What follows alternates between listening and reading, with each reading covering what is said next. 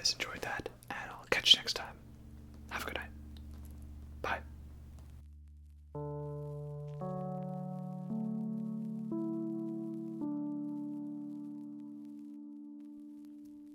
Hello everyone, and welcome to the ASMR review show. For this video, we are going to be talking about every film currently released from the great director, the one who's so good that he has a legion of fanboys who will harm anyone at the slightest negative response to his films, and that is Christopher Nolan. So he's a relatively newer filmmaker, with his first film being at the end of the 90s, and he's currently still going strong.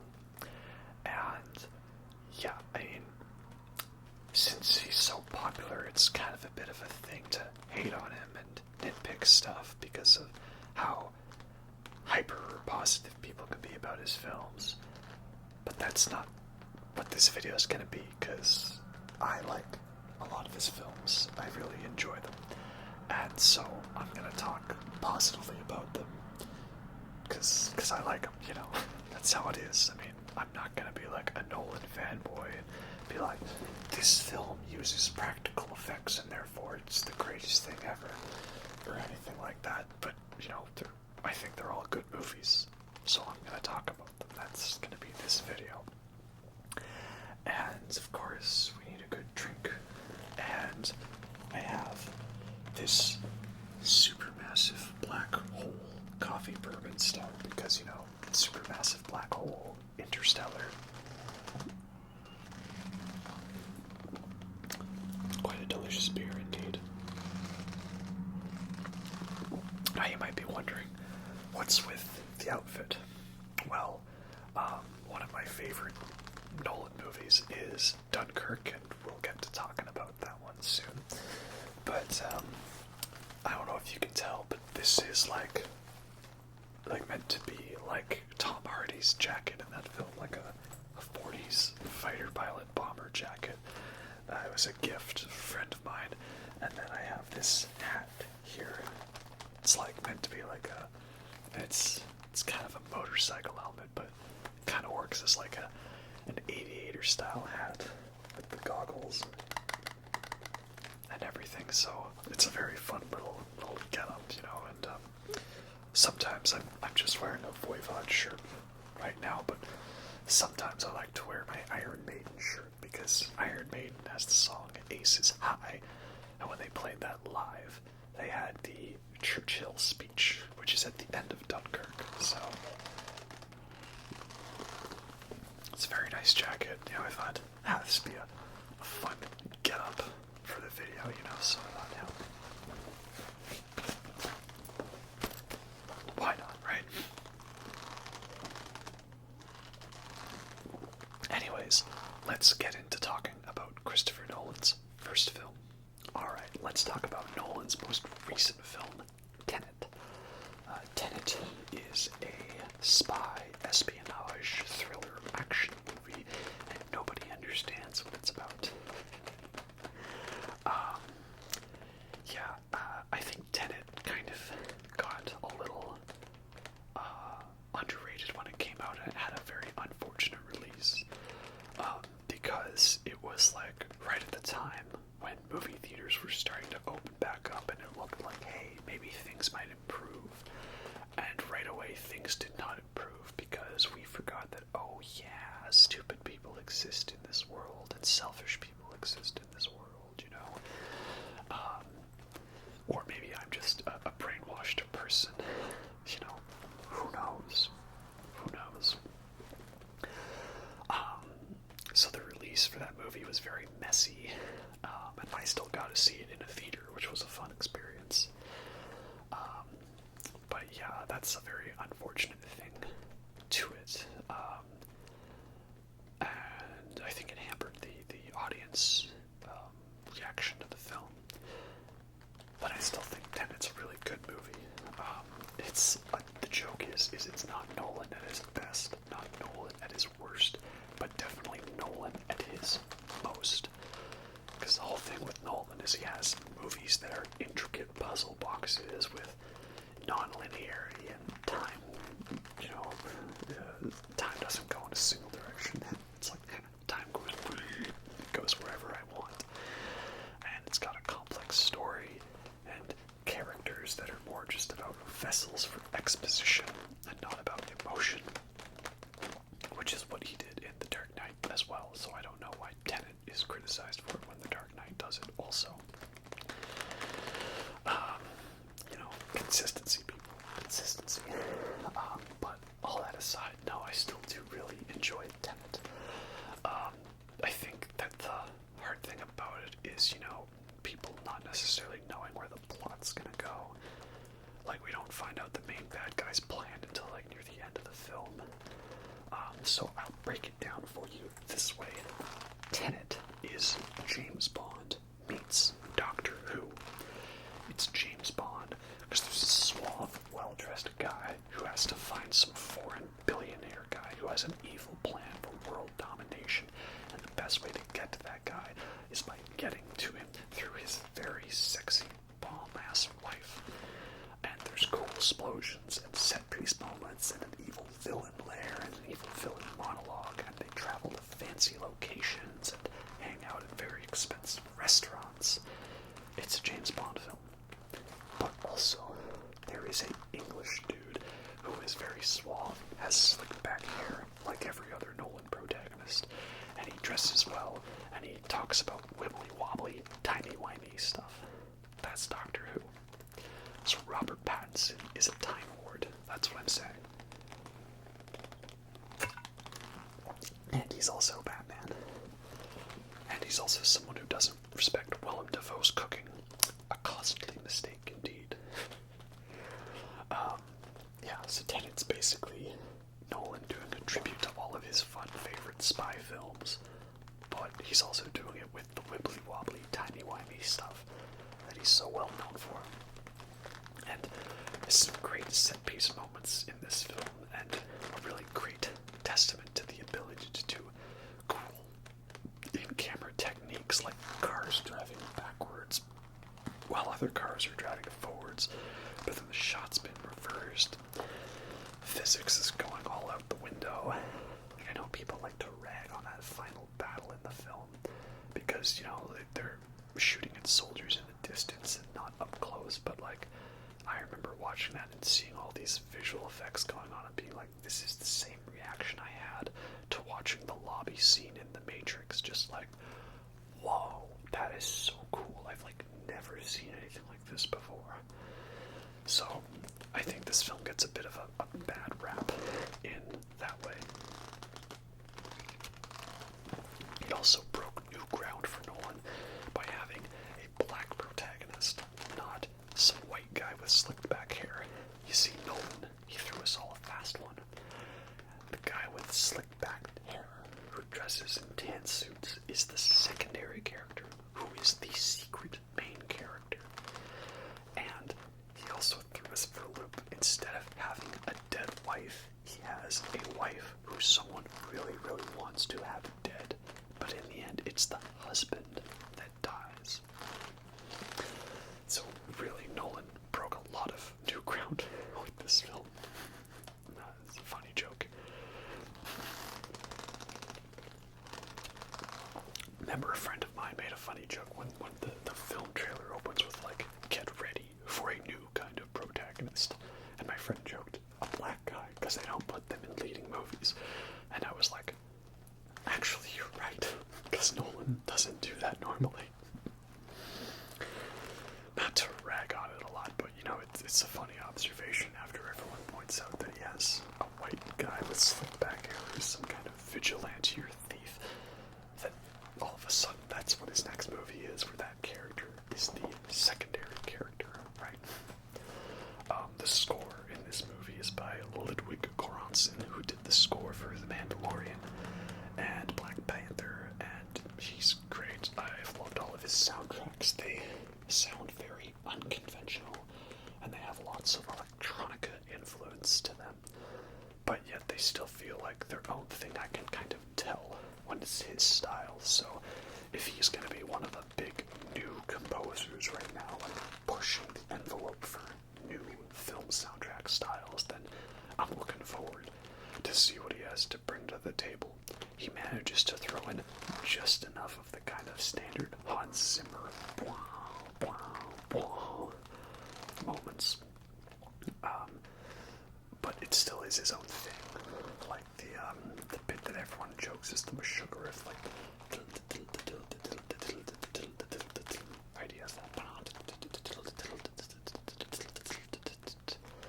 That's sort of like a triplet thingy, right? He puts that a lot in the score, and it works very well. And people kind of rag on the emotion in this film, but I don't know, man, the ending scene, spoiler alert, where like the protagonist is realizing that Neil is like walking to his own death, and that he has this whole history with them. Like, I don't know, that moment hit me pretty hard. Probably also because it's Robert Pattinson. Dude is just so charming in this film. Like, some of his little lines, like him hearing the deal from the art guy, just like, blimey, or him trying to comfort the guy, like pointing out to the protagonist, yoga. But of course, the best line of the film, you want to crash a plane? Yeah, don't be so dramatic. How big a plane? That part is a little dramatic. Such a great line. Just, I like to imagine that scene was like literally Christopher Nolan talking to the producers of the film. Like, Mr. Nolan, sir, you want to crash a plane? Well, not from the air, don't be so dramatic. How big a plane? That part is a little dramatic. So, yeah, fun stuff. The funny thing, though, the main complaint everyone had about this film was the sound mixing. And I agree with them. It's interesting because people complained about the sound mixing in Nolan films in the past, specifically like Dark Knight Rises onwards, and I never had an issue with Dark Knight Rises, Interstellar, or Dunkirk. I always was like able to interpret things fine, and if there was ever a line of dialogue that was hard to hear, it was always something inconsequential that I always felt that you didn't really need to hear. Like a lot of the static radio chatter in Interstellar, it's being drowned out by the rocket engines or the music, and it always feels like that's just, how it is. But then everyone complained about the sound mix in Tenet, and yeah, they were actually right. Some of the stuff was really hard to hear, like the bass was drowning out things.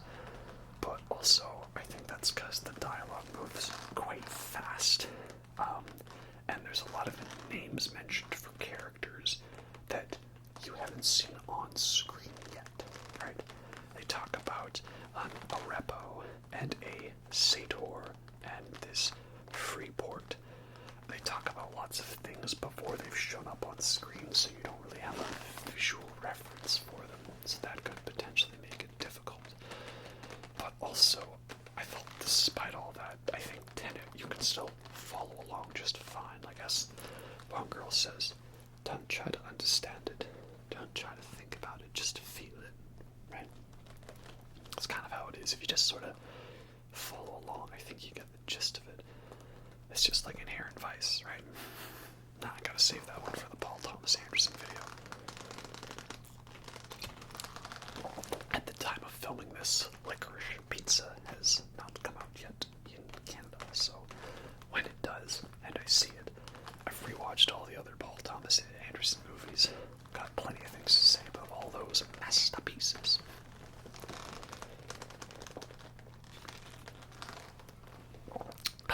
But yeah, Tenet was really great. I'm looking forward to seeing what Oppenheimer will be like, and I don't hate on any of these Nolan films. I know it's kind of trendy to hate on him, and he does have a style which can be hit or miss for some people, and perhaps too many filmmakers have learned the wrong lesson, thinking that dark and gritty and mysterious automatically equals good development. And, like Batman v Superman, the visual effects in that movie are nowhere near as good as an 8-year-old movie like The Dark Knight, or at least was 8 years older than that film at the time. So not everybody learned their lesson from Nolan, I think. And again, I'm not like a Nolan fanboy, it's just I've watched his movies and I like them. They're all really, really good. Some of them are masterpieces like Interstellar and Dunkirk and The Prestige. And, you know, he's got a cool style, and I'm always interested in what he's going to do next. So I'm going to pay attention to his films, you know. If that makes me a Nolan fanboy, mainstreamy, you know, not true patrician, you know, weeaboo type casual, then fine, you can call me that. But while you do that, I'm going to ignore you and I'm gonna go listen to the Dunkirk soundtrack again, you know.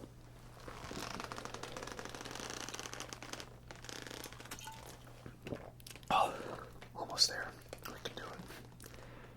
Supermassive black hole, Interstellar, right?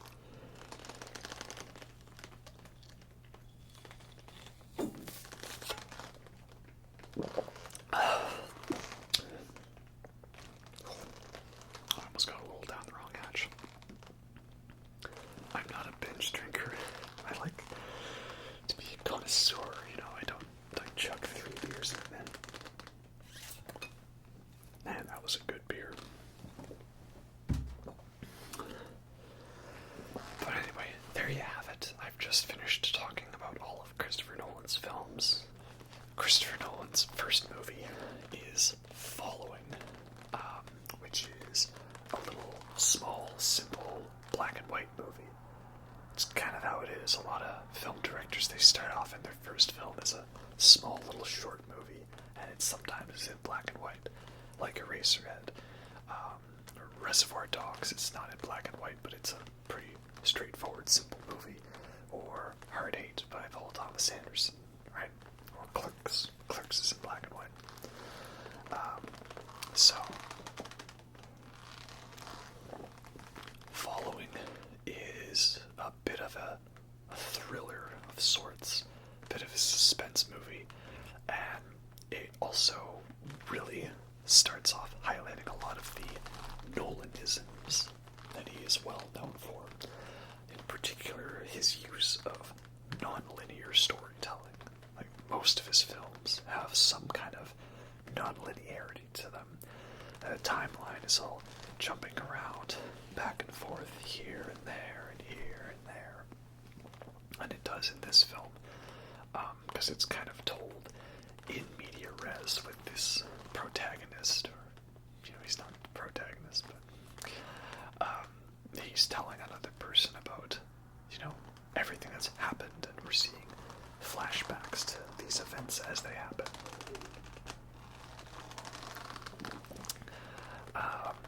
And it starts off pretty simple. It's just this guy who's like, I don't know, he's like writing a book or something, and he's just following people, right? And it starts spiraling into some pretty intense moments from there on out. And I'd say it's a pretty good debut movie. I don't think it holds a candle to some of his later big blockbuster epics, but it's got a good style to it. You can tell that this guy was really interested in the filmmaking process. And again, this non-linearity is something that becomes present throughout all of his other films. So really sets the stage for the director he's going to be. And it proves that Nolan's pretty good at doing psychological thrillers. And it's something I'd like to see more of him do more of. Like, he's kind of gone into, you know, bigger genres like sci-fi and war movies and action and spy movies, but you know, with excuses to have big realistic explosions. And I know at this point he's working on a movie about J. Oppenheimer, the development of the atomic bomb, and starring Cillian Murphy. So, you know, he's doing some kind of drama, perhaps, or a biopic. But, you know, we'll see where he goes from there. But on the small scale to this film is pretty good, pretty interesting, so I won't spoil it, because I think this is probably one that a lot of people haven't seen yet, so I think it's worth checking out. Really, every one of these films are worth checking out. So, Following's a good debut, and it sets the stage for us getting into some pretty epic things. The next film we're going to talk about is Dunkirk. This movie is about the evacuation in World War II of the British soldiers from Dunkirk in that area, from the German soldiers, while the French soldiers held down the line, making Sergeant Curie proud. Hold the line. Hold the line. We will hold the line. So much like Interstellar, I, wanted Nolan to do like a film in a certain genre. He did the outer space science fiction in Interstellar. Then I wanted him to do a war movie, perhaps, right? And so he did Dunkirk, and again, I was hyped for that. Oh, what's it going to be like? And then the reviews came out, and people complained that it, was unnecessarily non-linear, and that they didn't care about the characters, and it was too cold, and I thought, oh no, is this going to be where Nolan loses it? Is he falling from grace? And then I saw the movie, and I was like, oh man, my heart's beating so fast. That movie was intense. Some people thought maybe he's going to go all Terrence Malick, Thin Red Line, and talk about, the nature of man and all that stuff. And every character's going to be having inner monologues while there's lots of pretty shots of oceans. And no, he just wanted to do a straight-up thrill ride that, strapped you into your seat and then just kept the intensity going the whole way through and never let up. It's a whole movie of you going, oh my god, that's terrifying, followed by, oh my god, that's terrifying, followed by, oh my god, that's terrifying. This movie is a total thrill ride, and like every other Nolan film, it looks gorgeous. If you told me that they, literally just created classic World War II planes and strapped cameras to the side of them and had Tom Hardy get up there, jacket, hat, and everything, and flew these planes around, and they shot them down for real, I would totally believe you. That's how good this movie looks. And another collaboration with Hans Zimmer, who creates an epic score for this movie. Again, there's lots more of the whole non-linearity and time involved, and I love the non-linearity in this film. It's something that you think might be annoying and a little too oh, aren't I so clever? But it really works well for this, and it's just that there's three stories going on. The sea battle, the air battle, and the land battle, right? Land, air, sea. And we're cutting back and forth between moments from each one of them.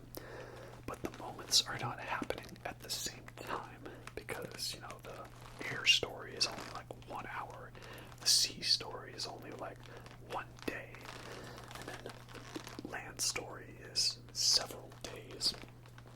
So they're intercut at moments that just all flow together nicely. And it really is genius editing. I wonder how much of it was planned ahead of time, but it's very, very, very meticulous, right? That's the thing people like to say with Nolan is they're not so much films as they are intricate puzzle boxes that can mix the temporal strand to, uncover new layers upon dreams of layers of layers. So many layers, even a certain Scottish ogre would be proud. But again, all jokes aside, Dunkirk is a fantastic movie. It's always intense to watch, and the score has lots of ticking clocks. And some of my favorite moments to it are, people talk about how there's not a lot of emotion in it, but I guess in terms of not getting emotionally involved to specific characters, because it's not like everyone complains about he's like, "How you doing, buddy?" "Oh, I'm doing good. I got a wife. I got a family back home. Man, I really hope I live through the events of this film." I wonder, does he die? Right? Or, "How about you, bud?" "Oh man, I got this girl back home. Man, I really hope she's not secretly cheating on me right now." You know, like melodrama, as they call it. Like, this film doesn't dive into melodrama. Like, everyone's just doing stuff in service of the plot, and they're not, lashing out with emotions like that. The only emotion is it's like that they're all terrified. Like, that person's German, he's got an accent thicker than sauerkraut. And also Harry Styles is actually good in this movie. He doesn't have too much to do. It's a small bit, but it was, they needed some everyday, regular looking British lad to do the part. And he does the part right. So I think people were kind of flipping out a bit that this was like a Heath Ledger Joker situation, and Nolan himself kind of edged people on, like, "Oh, I know this is an edgy choice, but it works in this film." Tom Hardy is a total badass in this film. So badass that, my friend got me a jacket of him. Yeah, like those shots of him like landing that plane on the beach at the end, just, oh, so gorgeous. And people talk about not feeling emotion in this film, but there's like a couple scenes in particular. One is when all of the ships are arriving, and like there's characters in peril and the music's building, and Kenneth Branagh, he looks out through the glasses. It's like, what do you see? And the music's like, what do you see? And he's like, "Oh," and then the music does a big triumphant swell, and everyone's happy, and I don't know, that scene really gets to me, like that opening scene in Saving Private Ryan when he's stumbling on his feet to get to that gravestone, or Oscar Schindler dropping the ring by accident. Like, those moments in war movies, like this one for me is on that same level. Crazy thing to say, but you heard me. You all heard me.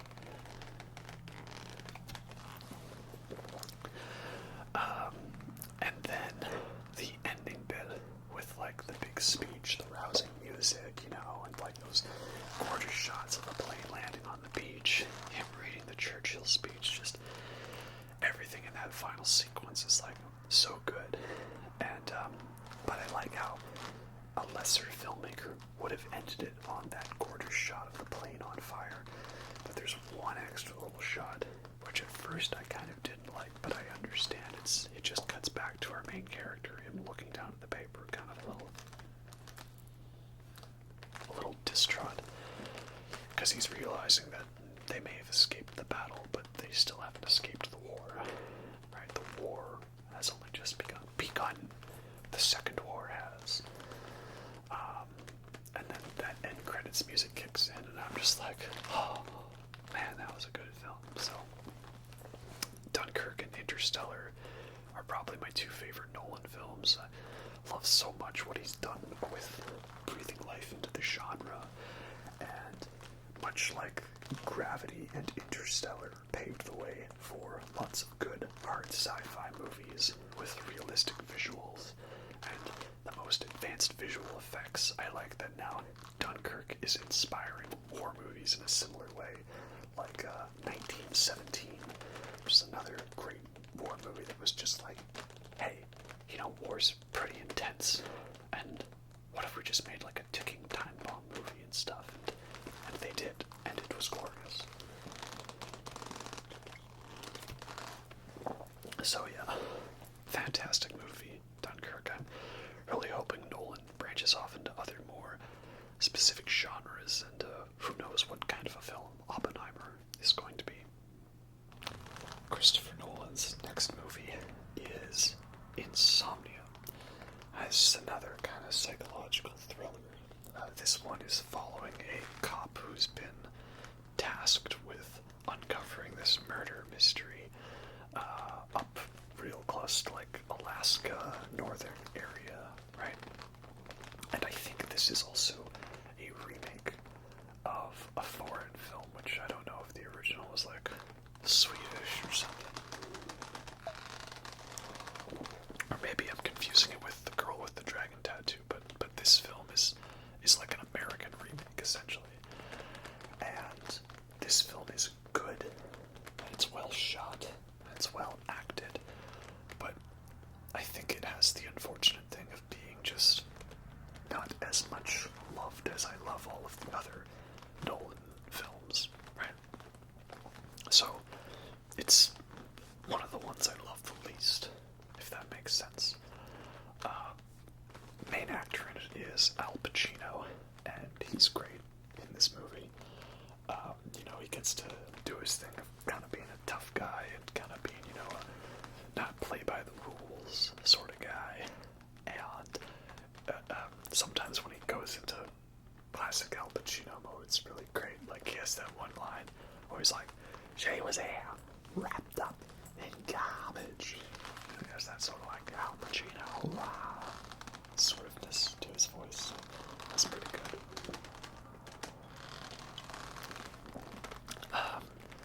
And then the main antagonist is played by Robin Williams, and this is kind of in that era where he was doing a lot more dramatic roles to kind of show you he wasn't just a silly guy. And in this early 2000s, he has lots of roles where he plays a real weird, creepy guy, like 1 Hour Photo, which we all know was an excuse for him just to say Neon Genesis Evangelion. But he's a pretty weird, creepy guy in this movie, and it's also got a lot of fun twists and turns to it. So it's good. It's definitely worth watching. But it does feel the very most straightforward out of all of his movies. Like, The Following was a cool debut film with a fun non-linearity suspense to it. And then you got the other stuff coming up, which has lots of fun things to it, but this one's a little straightforward, shall we say. So that's not a negative feature of it, of course. Just, in terms of how it compares to the others, well, it's lacking a little extra special something to it, that little, yes, right? A little extra zest, that little splash of paprika, just missing a little something there. But, again, don't let that distract you. It's still a really good movie, and I'm not going to spoil it because I think it's worth watching, especially for those people that have overlooked it in favor of the more well-known Nolan blockbusters. So, it has my recommendation. One genre I was always hoping that Nolan would tackle would be like hard science fiction, outer space stuff. And when he announced that his next film after Dark Knight Rises was going to be Interstellar, hype train was through the roof for me. And then I got worried when people were dissing on it, being like, I was like, oh no, is this gonna be a fault, is he finally fallen from grace? And then I watched the movie and I was like, oh, so they're just remaking 2001: A Space Odyssey. Sure, yeah, I like it. Well, yeah, as I previously stated, and it should be pretty obvious, I named my channel after Interstellar, because that movie had just come out when I was making the idea of making this channel, and I needed a code name, a stage name, and I was like, sure, Tars it is. Tars, what's your humor level at? That is 100%. Maybe let's dial it down to 95 or whatever it says. Dial it down a bit. Sure thing, confirmed. I have a cue light, if you'd like. That'd be helpful. Yeah, you can use it to find yourself back in when I blow you out the airlock. Chadwick would be proud, Yes, throw it out the airlock. Everybody good, plenty of slaves from our robot colony. Yeah, love Tars. Tars is great. And Reese. That guy who sometimes shows up and bothers me during videos. We can't forget about him. Yeah, Interstellar, I love it. You know, it's outer space, it's science fiction. It all looks great, the way they did the visual effects for like the wormhole and stuff. I guess it's funny enough, everyone complained about that there was like no emotions in the earlier big Nolan blockbusters. And now when he tries to put in emotion with the whole father-daughter relationship, everyone's like, this is boring, can we just get to the outer space stuff? Like, dude was trying to get more emotion out of the characters and stuff. I think he succeeded and stuff like that. I felt really bad for Murph. And Jessica Chastain as older Murph, like, that was all great for me. Is the twist in the movie maybe a little predictable? Yeah, I guess. I remember seeing it in the theater and being like, oh, so he's the ghost, right? I don't know how it's gonna work, but he's gonna be the ghost. Somehow. There's gonna be more to it than just a superstition. That's gonna be a big plot element. And it was.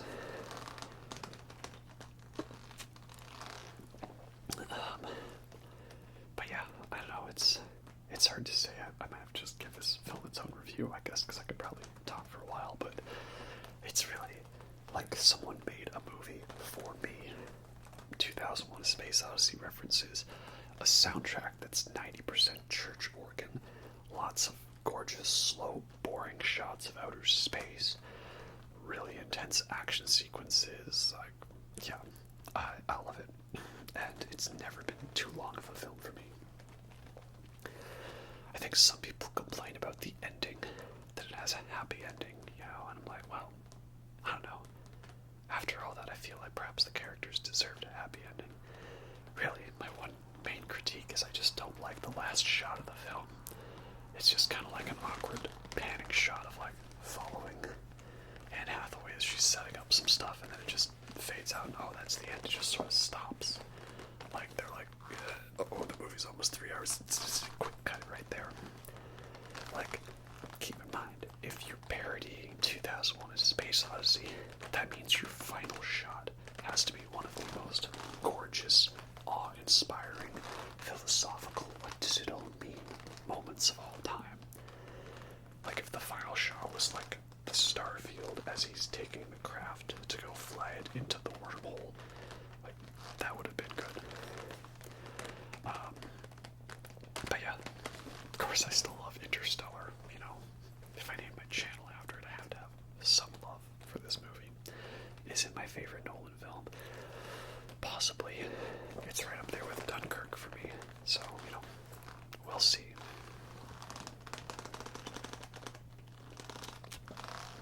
When it comes to non-linearity, Nolan's most well-known film in that regard is probably this one, Memento.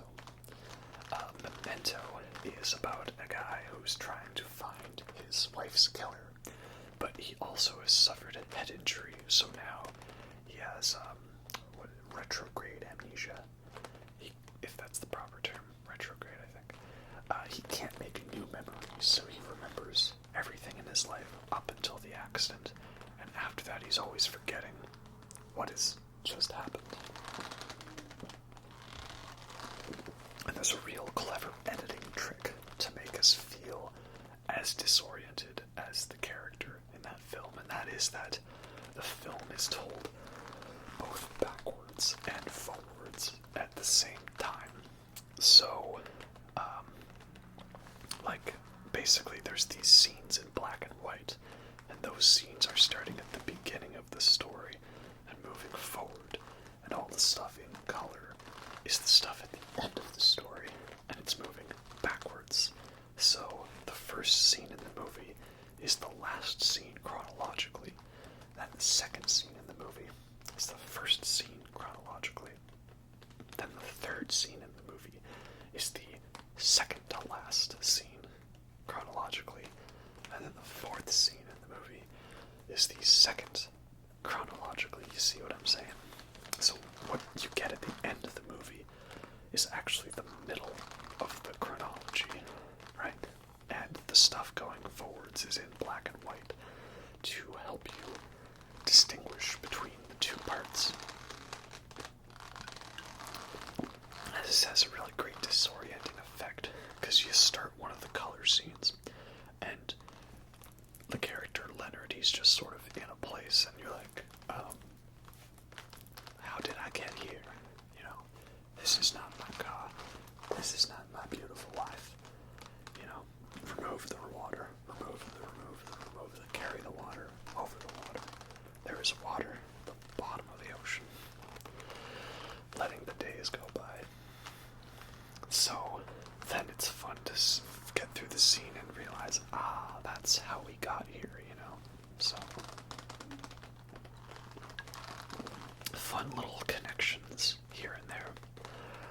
Memento always gets put at the top as one of Nolan's best movies, and I do really like it, but not as much as some of his other ones. Like, I think the big three for most people when it comes to Nolan are Memento, The Dark Knight, and Inception.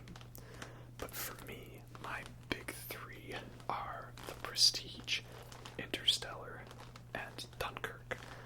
So my big three of his are different from the big three that everybody else has. So this film is also great, probably the best out of his early psychological thrillers. And I wish it's a genre that he could come back to a little more. He kind of gets back there a bit with The Prestige, but that's got a lot more of a lofty grandiousness to it, and it gets entangled in some other genres here and there. And then other than that, it's just been big blockbuster after big blockbuster, so, you know, we'll see what Oppenheimer is all about. Who knows what direction he's gonna go. I kind of thought Dunkirk was gonna go in the direction of, like, the Thin Red Line sort of, you know, drama. What does it mean to be human? And, you know, what does it mean to feel? What does it mean to have emotions? And all that stuff. But it was more just, hey, let's make a movie that's, like, really intense and has you going the whole time, you know? So Memento is great. Definitely heightening that non-linearity in Nolan films. And definitely one of his best early ones. Alright, now it's time to talk about the big blockbuster comic book franchise that Nolan has helmed. Let's talk about the beginning of Batman. Alright, let's talk about the last film in the Dark Knight trilogy, The Dark Knight Rises. Now this film, I actually might have a bit of a hot take for this one, because I like this film as much as the other two Dark Knight films, and I don't hate it. I think that's a bit of a hot take. I think the general consensus when Dark Knight Rises first came out was like, oh, it's amazing. Actually, it's not. And I rewatch this movie a lot, and I keep expecting it to, like, lessen in my mind. And it doesn't. Like, I don't know if there's something I'm missing, but, like, I can see things that people might not like about this film, right? I can understand what might be lesser for some people. But for me, even when knowing these things and observing them, it doesn't sour the experience. Like, okay, some people complain, like, you can't understand Bane. I'm like, well, I understood him all right, you know. It doesn't really matter. What matters is our turn. The fire rises. You know. Plus, this is all just preparation for us having to understand it when we're wearing masks, right? Christopher Nolan, he was really ahead of the game there, with Tenet as well. Did they complain that the film's, like, too overly long and stuff? I'm like, oh, no, it's a long epic film, but it seems fine for me. They don't like that there is plot holes and stuff, and again, like, one of the big plot holes is, how did Bruce Wayne get back to Gotham? How did he get back in? And, you know, it's just he leaves and then we cut to him. Well, it's kind of the same thing with The Dark Knight, you know, you just have to make an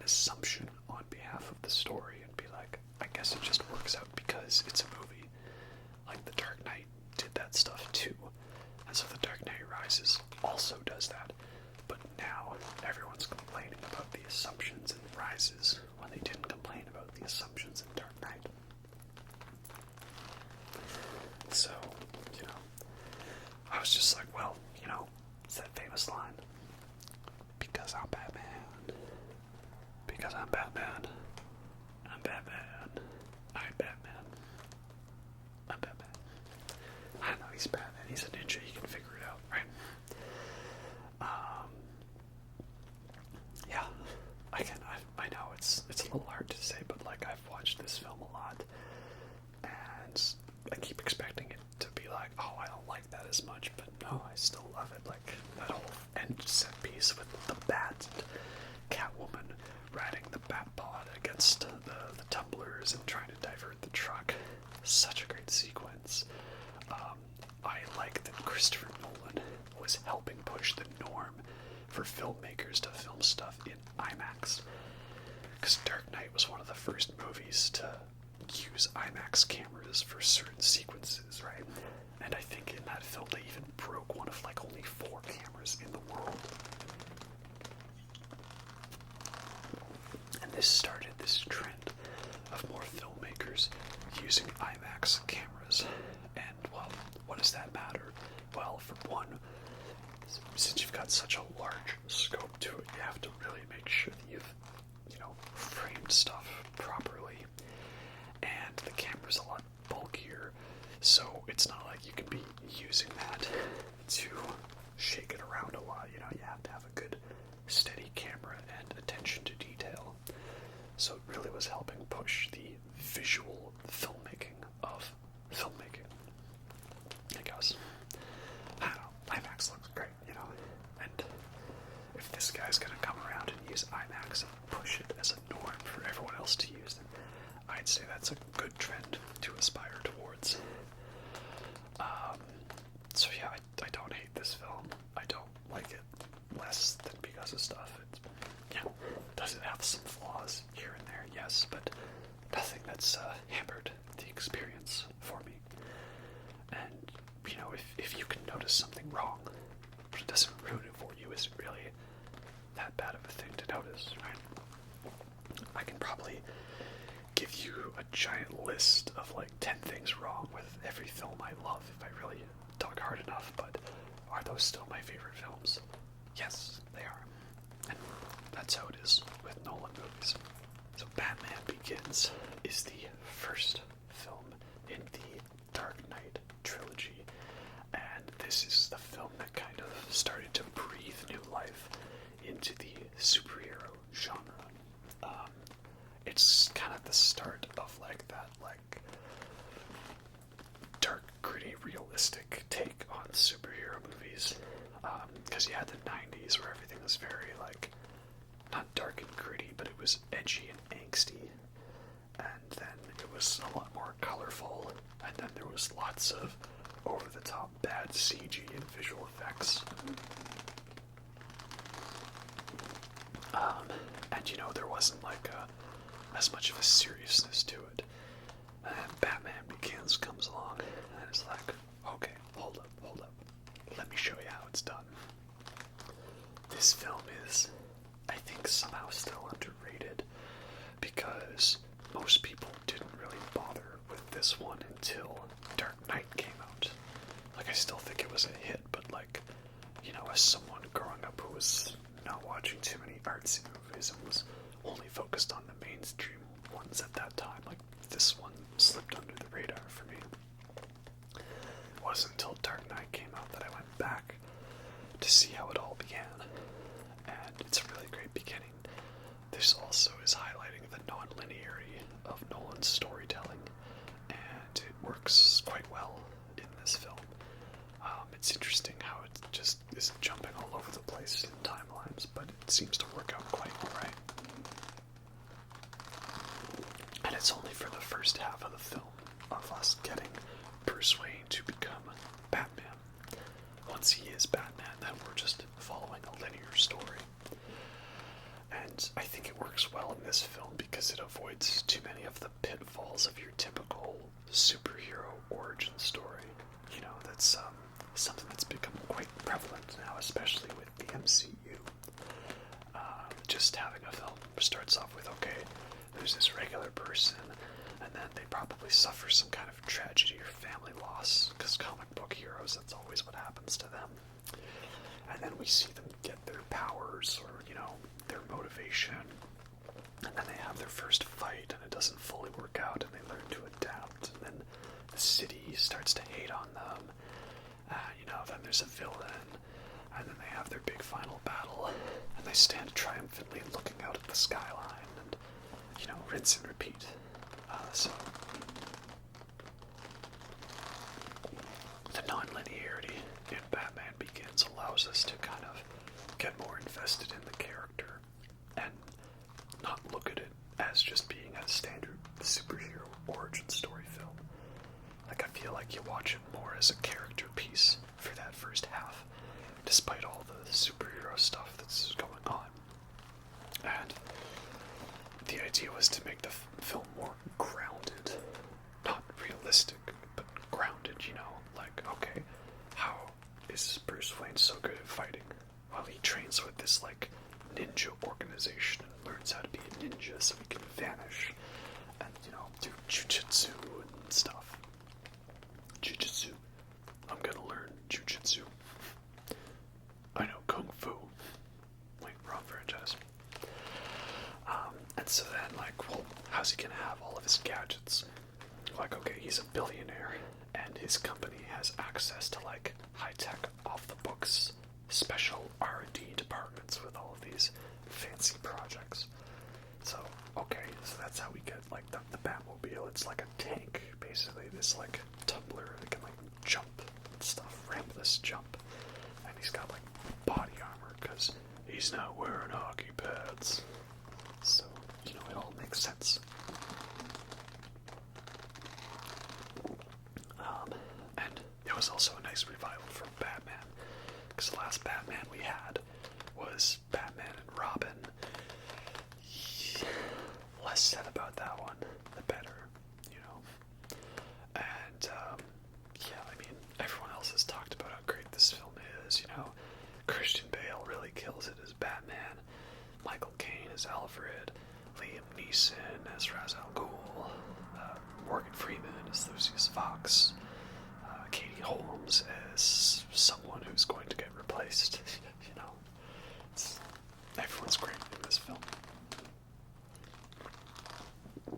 And, like, everything looks great in this film, and it all still looks great, even though this film is, 16 years old now. That's the other thing about it. It's just really great. It doesn't feel dated in that way. Oh, and of course, we can't forget the #1 hottie himself, Cillian Murphy, and his scarecrow, Would you like to see my mask? Oh yes, Cillian, I certainly would.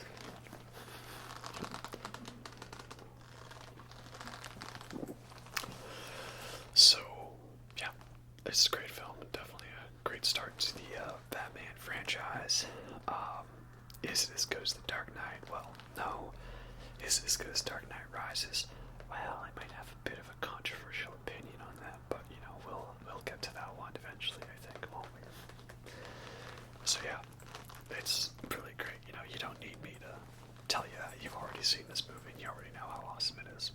So, in keeping with tradition, Nolan had a film in between two Batman films, and this was the film Inception.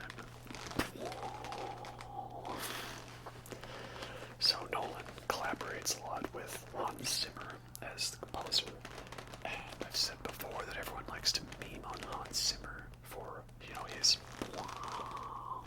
and this is the film where that became the thing, the double bass sort of that's used in, every movie trailer, or at least it was. The new trend is to now take a pop song, but start it off as a creepy piano version, and then build into a dance remix of it, and then make it creepy and slow or something. That's just the rule for film trailers. But it used to be do the wow, to shake the bass of the theater and make you go right. But all jokes aside about Inception, yeah, it is really that great of a film. I don't think it's as complex as some might like to joke about it. You really just have to pay close attention in the first half, and then you'll be all good for when the second half starts rolling around. And I think what makes this easy to follow is there's always a clear, tangible goal and objective. Like, the idea of the film is that there's technology that allows you to invade someone's dreams and you can steal information. But what's more difficult to do is to plant an idea in someone's head. Inception. So that's the film. As Leonardo DiCaprio, he and his team have to incept an idea into this person's head, their target. So no matter what happens in the film, what crazy things occur, what new rules and twists happen, that's always the clear objective. Get the idea of this thing into this person's head. That's why this film is more easy to follow than other complex ones like Tenet. Tenet is a really great film. I do like it, but that one is more confusing to follow because in that one you don't really get what the main plot is until close to the end of the film. Like in that one, the plot's like, alright, there's technology that can reverse objects flow through time. What are we going to do with that? Well, first, I need to find where these bullets came from, and to do that, I'll need to see this person, and to do that, I'll need to track down this arms dealer, and he's a bad guy, because he's going to do something. You know, I'm not actually sure what his evil plan is. Well, let's hang out with him and his wife on a yacht for a little bit and see what goes on. And it's not until really at the end of the film that he gives a bit of a monologue speech like, I am Kenneth Branagh, and I am Russian, and I have planned because climate change in the future is a bad thing, and the rivers run dry, and so I will do these things now. Whereas in Inception, it's just, you know, a move. We gotta plant this thing in this guy's mind. So that makes it good to follow. And yeah, the visuals in this film are so great. I remember, like, I didn't actually see any trailers for it. I just saw like a YouTube ad, and then I heard, oh, Christopher Nolan has a new movie, and it was just out, and we were like, yeah, let's go see that. So it was kind of cool going in, not really knowing anything about it, just kind of experiencing it blind. And yeah, it's not my personal favorite Nolan film, but I can see why people like it. Once again, great story, great characters, great action set pieces, everything you've come to expect from Nolan films at this point. And it's always good to watch his movies as a fun antithesis to other films in the era, over-relying on dated CG and green screen, you know. Like, people complain that maybe his characters are kind of bland, or that, you know, human emotion is more talked about rather than felt. Emotions are reasoned with and discussed rather than observed. And there's lots of clunky exposition lines, definitely, that's for sure. But if we're going to take a film that has a few flaws in the writing and stuff, and it's very cold, you know, like if Stanley Kubrick made action movies and everything was so cold and dry, like all the snowy mountains, then I'll take one where they are trying to do stuff as realistic looking as possible and not just handing off a storyboard to some visual effects artists and being like, alright, we need this scene ready. Right, well, it'll take us 2 years to do. Right, you guys have 6 months. Good luck. And then it turns out subpar, and it's like, oh well. Right, like everyone complains about the visual effects in Black Panther. And to be fair, like, a lot of the visual effects of Marvel movies around that time are kind of subpar, if we're not talking about the Avengers specific movies. And that's because a lot of those ones, they just handed in a bunch of CG and motion capture to the visual effects artists and gave them like 2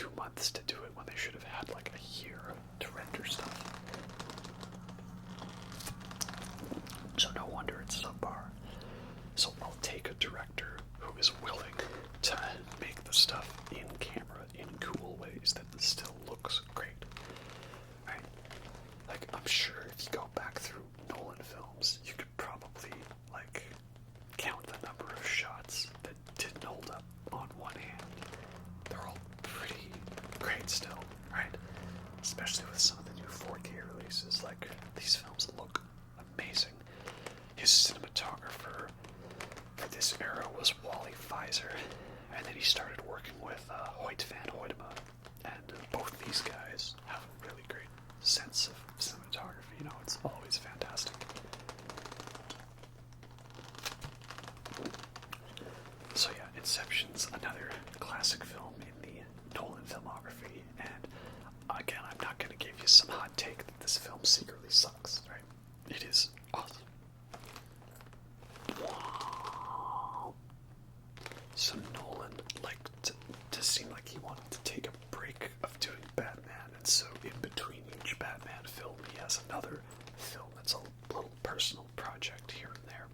So the one that he has between Batman Begins and The Dark Knight is one of my favorite Nolan movies, and I think a very underrated one, and that is The Prestige.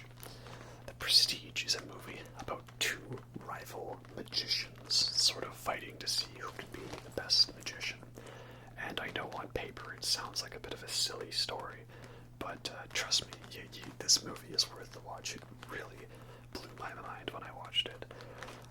And the cast is just so great. Like, I think starting with Batman Begins and here on out, Nolan is always getting such great actors for his parts.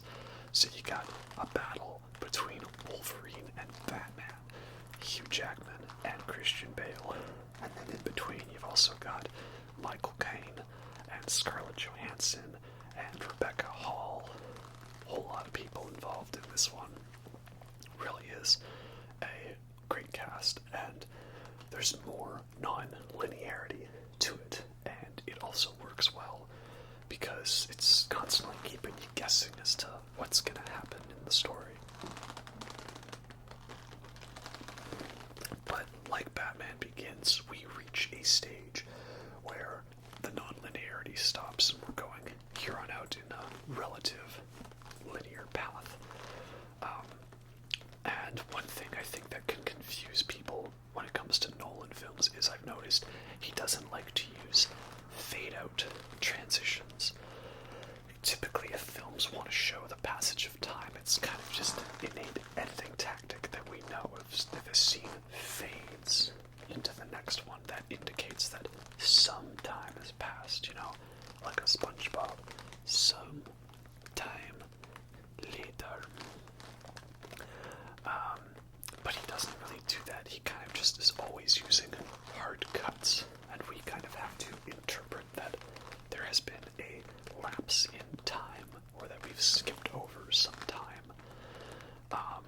Or, you know, same thing with flashbacks. A lot of times, if a character has a flashback in a movie, we typically have a fade transition to a new scene to indicate, this is a flashback. Or they'll have like a filter on it to kind of show like, oh, it's like a dream sequence or something. It's like odd and sparkly, or everything's washed out. And that's also something Nolan doesn't really do. You know, it just kind of cuts to the scene. Though sometimes he'll help by having narration of the story play out while the scene's occurring.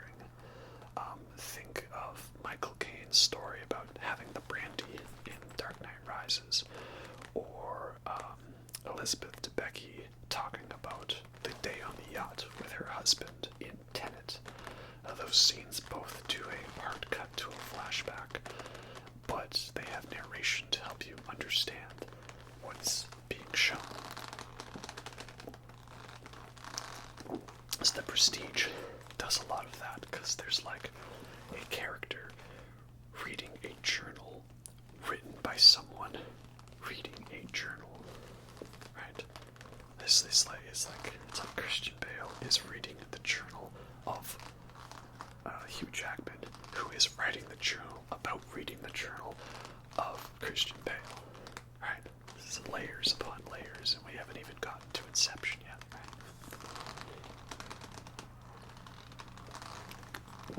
But, yeah, this movie is such a visual treat. One of the best looking Nolan films. I really hope this one gets a nice 4K re-release.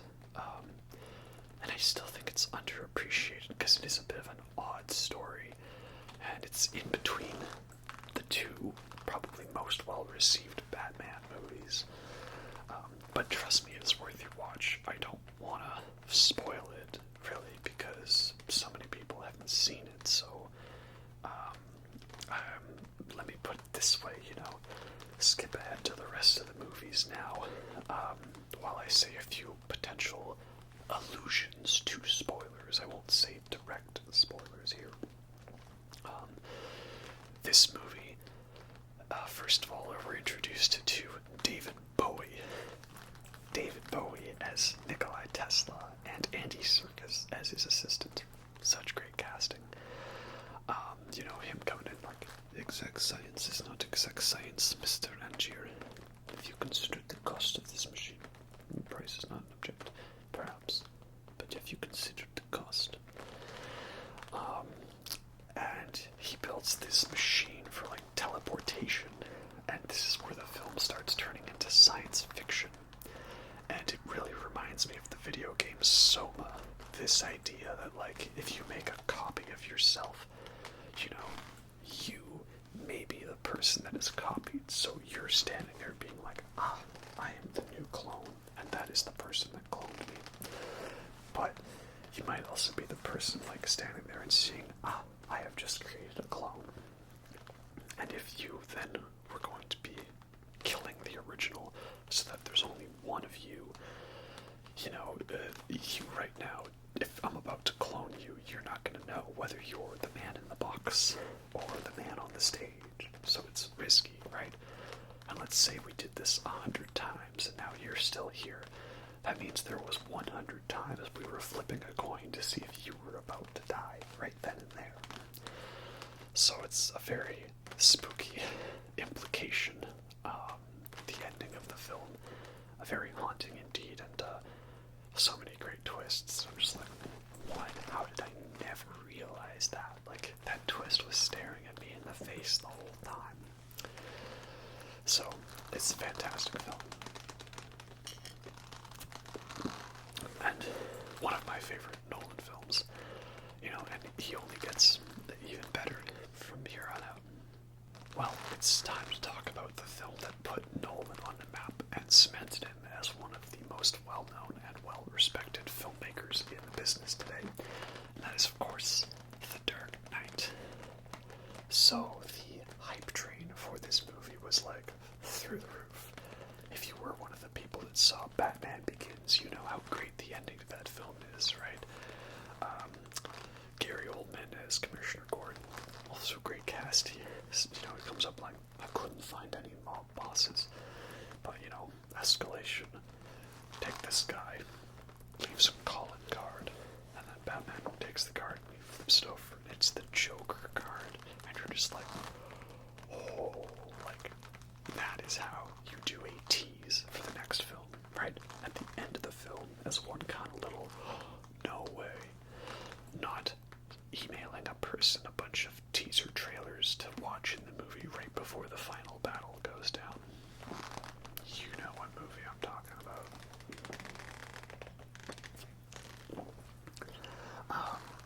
So yeah, in this film we have the Joker, and there was a lot of internet hate when they announced Heath Ledger was going to be the Joker. Like, what? That guy from, like, some romantic comedies. I mean, he's in A Knight's Tale. A Knight's Tale is a great movie. But they're like, he's not gonna be the Joker. That's horrible. And then Heath Ledger died after filming the movie in what was potentially maybe intentional, maybe an accidental suicide, like, the Joker character was so crazy that it claimed himself. So then there was a lot of hype for that, and then the reviews were coming out. People were, like, saying this is, like, the greatest superhero movie ever. You're like, oh man. And then you went and you saw the movie, and yeah, pretty much everyone was right. I'm not gonna have some kind of hot take that this movie is secretly garbage. it's not. It deserves all the praise. It is awesome. If you wanted to be like, oh, you know, he's gonna point out some secret flaw, nobody said, well, no. Maybe I'll do that with Star Wars, but not with The Dark Knight. This movie is legitimately great. It's well shot, well acted, great set piece action moments to it, and man, Heath Ledger in the movie, like, so good. His version of the Joker, you know, is that opening scene, this bank robbery, and then, you know, we're wondering, you know, where's Joker, right? And he pulls off that mask, like, I believe whatever doesn't kill you simply makes you stranger. Oh, every line he says is so iconic, you know. I want my phone call. I want my phone call. Or, you know, just his laugh. Yeah. I almost feel bad for Christian Bale as Batman. Like, everyone ignores how good he is in this movie because of how great Heath Ledger is. You know, just him driving that truck, just having that maniacal laugh. He's just loving his job, you know. Like, I like this job. He's great in the movie.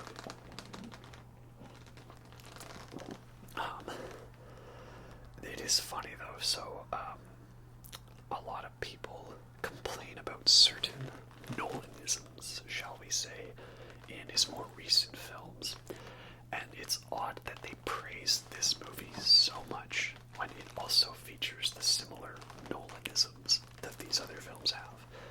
Like, they don't like that the story kind of has to have you make assumptions about things, like this scene where Harvey Dent is in the back of the car and he shoots the driver and the car crashes and we just cut away to the next scene. Like, you're just supposed to assume, like, oh, I guess that meant that he killed the guy in the passenger seat and then he survived and got away fine. Right? Like, there's no anything actually indicating that. You just have to assume, like, oh, okay, I guess it's a movie. You know, like, the bad guy wouldn't take himself out that easily. Stuff like that. Or perhaps, you know, that scene where they flip the truck. It's a really cool scene, but you can't see, like, the CO2 air canisters going off to push the truck to do the flip. You know, things like that, where, like, you can point out errors in the background, or some of the shots maybe look a little off, or you have to make assumptions about the plot. That's stuff people complain about in the later films, but it is all present here in this one, so I think it's odd that this one gets so much hype as being a perfect movie when all of his other films have done similar things to this one. And they complain about those, but this one gets off scot-free, you know. Like, I'm not trying to bash on these films, I love them all, but it's the thing I've said, you gotta be consistent with what you hate, and if you dislike certain attributes of a movie, and another one does the exact same thing, but you say it's A-okay with this one, like, that's pretty inconsistent, you know? So, like, I'll take shots that perhaps aren't perfect or have a continuity error in the background if it means we get to see a cool on-screen stunt actually happen, and it's not some dated CG. Like, everyone points out that fight scene in The Dark Knight Rises where this one guy falls over after being hit by nothing. Like, would it have been nice if they reshot that? Yes. But did it mean that we got to watch a nice wide shot with all the action happening in it? Yes. So, I'll take that over a bunch of close-up shaky cam cuts with unintelligible action. Right, that's how I view it. But yeah, the other thing I love about this film is it's basically a non-remake of Heat, the Michael Mann film with Al Pacino and Robert De Niro. That one's one of my favorites, and so they basically remade it in Dark Knight. I mean, I think Nolan himself, like, screened that film to the cast, and it was like, okay, everyone, pay attention, come gather around. This is what we're going to make. We're remaking this movie. So, you know, fair enough, right?